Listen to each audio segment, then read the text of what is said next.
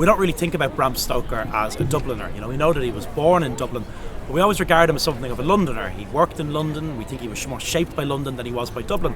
And that's a little bit unfair. He was a Clontarf boy, educated here at Trinity College, married in St Anne's Church, worked in Dublin Castle, might have even been influenced by the mummies up in St Michan's Church.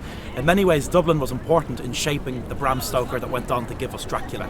Now, from 1864 until 1870, this place was home. He was a student here at Trinity College, Dublin. And you might be surprised to learn that the author of Dracula didn't study English or anything like it. He studied mathematics, and he wasn't all that great at it, to be honest. He was much more focused on his student activities than his academic life.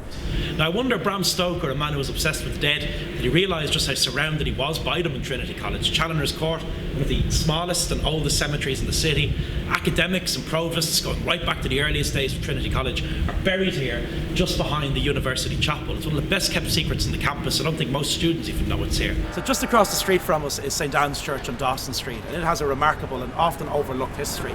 And one part of that history is the marriage of Bram Stoker. In 1878 he married Florence Balcombe here.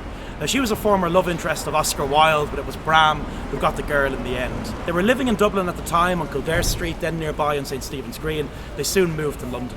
Now, Florence outlived her husband by more than 2 decades, and she achieved international fame in the 1920s when she tried to stop the rise of the great German classic film Nosferatu. In fairness, Nosferatu did say that it was freely adopted from Bram Stoker's Dracula. She argued it was copyright infringement and wanted to see a couple of quid for Bram's troubles. She dragged him through the courts. The judge decided all copies of the film should be handed over to her and destroyed. Thankfully, a few survived. Nosferatu is today considered a classic of cinema. So from 1866 until 1878, Bram Stoker worked here in Dublin Castle, the seat of British rule in Ireland. He was a civil servant working with the Register of Petty Sessions Clerks. And that meant he basically knew everything about the minutiae of local courts across the country. So if dog licences and the like was an issue, Bram Stoker knew all about it.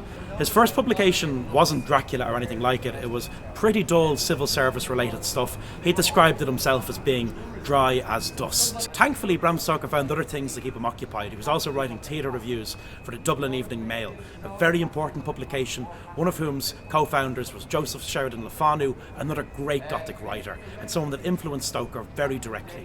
We're standing just beside Christ Church Cathedral. You have a couple of Gothic gargoyles carved into the exterior of the church.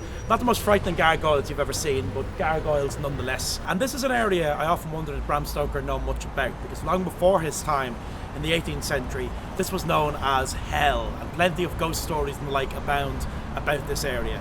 It's hard to believe that right beside the cathedral you had an area where you had a carved wooden statue of the devil over the gate, which led you through to a series of brothels, taverns and lowly houses. Just across the river from hell on Church Street you had St Michan's Church or St Michan's Church, depending what Dubliner you should ask. A church that's been there since the 17th century and is a pretty creepy place in its own right.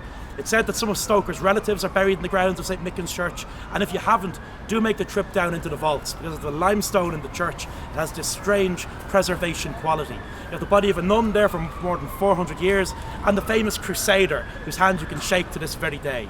Now, it's said that Stoker visited St Michan's Church, though some historians dispute it, and it may have been a central influence over Dracula. We should never let the facts interfere with a good story. It's a central part of the folklore around Stoker and the city of Dublin.